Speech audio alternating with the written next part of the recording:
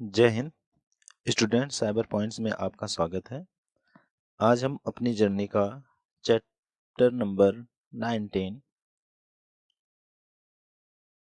Payment vouchers के बारे में पढ़ेंगे। Payments entry in tally ARP 9।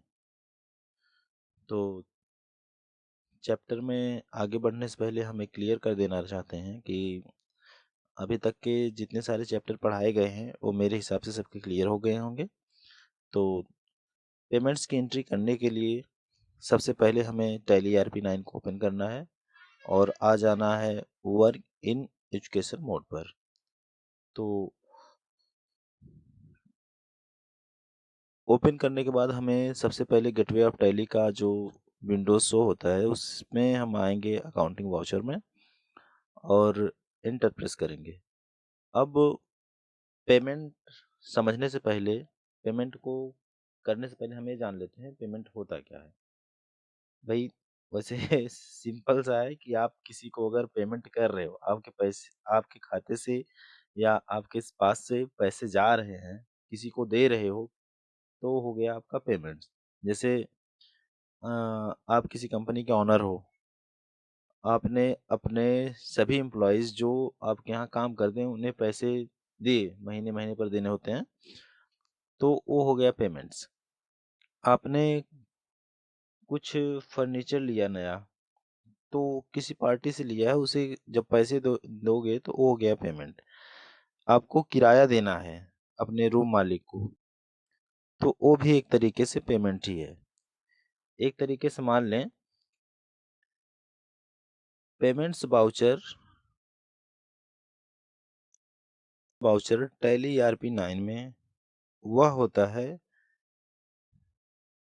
जो हम कैश द्वारा, फोन पे द्वारा, चेक द्वारा, किसी माध्यम द्वारा किसी को पेमेंट करते हैं। ठीक है, तो सबसे पहले हम पिछले चैप्टर में CR और DR पढ़ाए, तो इसमें अभी थोड़ा सा कंफ्यूजन है। अब ठीक है, एक तरीके से उतना ही खाना दिया जा रहा है जितना आप हजम कर पाओ, इसलिए पुराना ही फंक्शन है, वाई दिया है और यहाँ नीचे जब भी हम एंट्री करेंगे तो टू लिख कर आएगा। अब हम मान ले रहे हैं हमने धर्मा इंटरप्राइजेस को, यहाँ पर जिन्हें जिन्हें आपको पेमेंट करना है या फिर जो आपने लेजर्स बनाए हैं वो लेजर्स ऑलरेडी शो होंगे, या अलग से आप Alt+C करके नया लेजर क्रिएट कर सकते हो। इतना तो सबको पता ही होगा। हालांकि जो लोग हमारा डेली वीडियो देखते हैं उन्हें पता ही होगा कि Alt+C प्रेस करके आप नया लेजर क्रिएट कर सकते हो, स्टॉक बना सकते हो या ग्रुप्स वगैरह सब क्रिएट कर सकते हो। तो आ गए हम धर्मा इंटरप्राइजेज में, मतलब धर्मा इंटरप्राइजेज को 1000 रुपये पेमेंट किया। ठीक है, सवाल है हमने धर्मा इंटरप्राइजेज को 1000 रुपये पेमेंट कैश पे किया। ठीक है, तो हमने कैश दिया है तो यहाँ पर आ जाएगा धर्मा इंटरप्राइजेज बाई में कितना पैसा है, 1000 रुपये, और डेबिट हो रहा है हमारा। ठीक है, तो हमने उन्हें पे किया है कैश,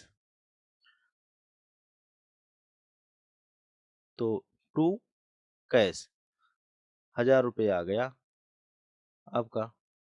अगर यहाँ मान लीजिए फोन पे गूगल पे और हुआ होता तो वो अलग लेते हैं हम, चल कैश है, बस ये हो गई हमारी सिंपल सी एंट्री पेमेंट्स वाउचर की। अब एक एंट्री हम और करके देते हैं कि हमने धर्मा इंटरप्राइजेज को 2000 रुपये पेमेंट्स किया, जिसमें 1000 रुपये कैश है और 1000 रुपये फोन पे, गूगल पे, चेक या कुछ भी मान लीजिए, मतलब 1000 रुपये जो है आपके ऑफलाइन है और 1000 रुपये ऑनलाइन है। तो उसकी एंट्री कैसे करेंगे, आ जाते हैं अपनी टैली ERP 9 में। अब यहाँ है धर्मा इंटरप्राइजेज, अब यहाँ हमने कैश किया है, पे किया है 2000 रुपये, तो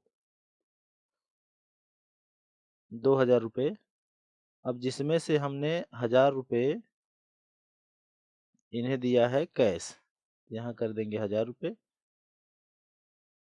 अब दोबारा से ये पूछेगा, मतलब अभी जब तक आप यहाँ पूरा डेबिट, यहाँ सामने जितना आपने डेबिट टोटल लिखा है यहाँ पे 2000 रुपये, जब तक उसे पूरा नहीं पूछो करोगे तब तक वह करता ही जाएगा, हाँ भाई बाकी का पैसा कहाँ है आपका। तो हमने दिया है ऑनलाइन। अब ऑनलाइन जब देंगे किसी न किसी बैंक अकाउंट में देंगे, तो हम बना ले रहे हैं अपना bank account union bank of India. मतलब मान लो इनका धर्मा इंटरप्राइजेस का अकाउंट है union bank of India, union bank of India.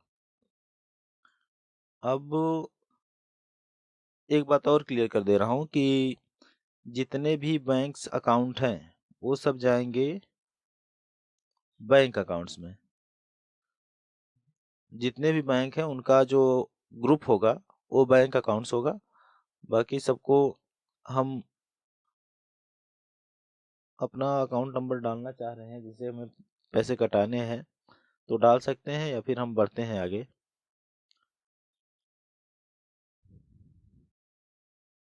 अब हो गया यूनियन बैंक ऑफ इंडिया, 1000 रुपये हमने इससे पे किया है। ठीक है, यूनियन बैंक ऑफ इंडिया से हमने 1000 रुपये पे किया है। अब बढ़ जा रहे हैं आगे। इंटर इंटर चेक द्वारा आ रहा है, फंड ट्रांसफर या फिर अदर्स, फोन पे गूगल पे कुछ भी मान लीजिए। अब ये हो गई एंट्री हमारी कैश और ऑनलाइन ट्रांजैक्शन की। अगर इसमें और कुछ कंफ्यूजन हो तो एक दो एंट्री और करके दिखा दी जाएंगी। बढ़ते हैं आगे।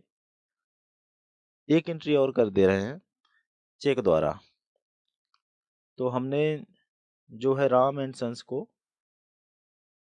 500 रुपये का चेक दे दिया कि भैया जाओ बैंक में भजा लो, ये पैसा आपका है, आपने कुछ काम किया था उसी के बदले हम अपना पैसा दे रहे हैं अपने राम एंड सन्स। तो 500 रुपये हम डेबिट कर दे रहे हैं अपना उनके अकाउंट में। अब हम दे रहे हैं बाई चेक या और किसी तरीके से, तो किसी अकाउंट में देंगे, किसी अकाउंट द्वारा। अब ये जो पैसा यहाँ पर राम एंड सन्स इन्हें पैसा जा रहा है और हम कैसे पे कर रहे हैं, टू यहाँ नीचे लिख कर आ रहा है कि हम किस माध्यम से पे कर रहे हैं इसे। कैश दे रहे हैं, चेक दे रहे हैं, या फिर ऑनलाइन कोई ट्रांजैक्शन है। ठीक है, तो हमारा है यूनियन बैंक ऑफ इंडिया। अगर एक और कंपनी बनाना चाह रहे हैं, रुकिए हम एक और बना दे रहे हैं अपना लेजर।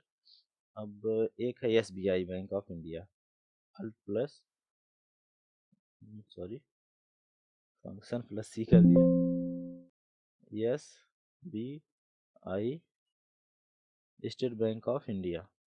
हो गया, बैंक अकाउंट्स है। अब अकाउंट नंबर हमें डालना है स्टूडेंट साइबर पॉइंट्स का, जो हमारी कंपनी हम पे कर रहे हैं, इसका अकाउंट नंबर डालेंगे।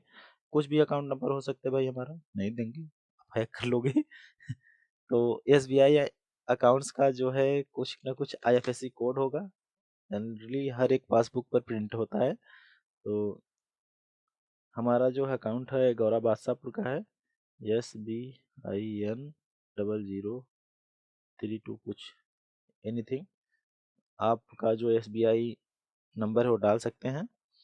ठीक है, ब्रांच नेम अगर है आपका गौरा बादशाहपुर,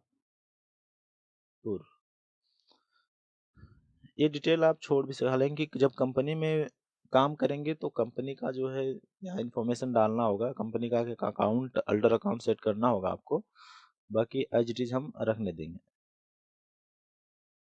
ये हो गई एंट्री हमारी पूरी।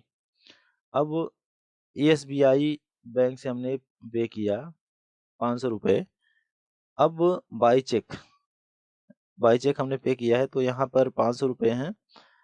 हमने ये एंट्री जो है चेक द्वारा करके दिखाई है, तो यहाँ चेक को हम सेलेक्टेड रहने देंगे, बाकी एज इट इज सबको इंटर प्रेस करते आएंगे। ये हमारी हो गई एंट्री पूरी। तो अभी आपने जो एंट्रियाँ देखी है ये बहुत ही आसान भाषा में और बहुत ही आसान तरीके से करके दिखाया गया है इसे, और इसकी एंट्रियाँ आगे दूसरे तरीके से अदर वेज से करके दिखाई जाएंगी आपको।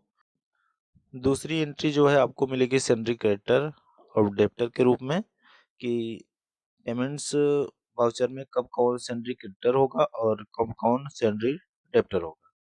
तो उम्मीद करता हूँ आज का चैप्टर आपको समझ में आया होगा। बहुत ही आसान है।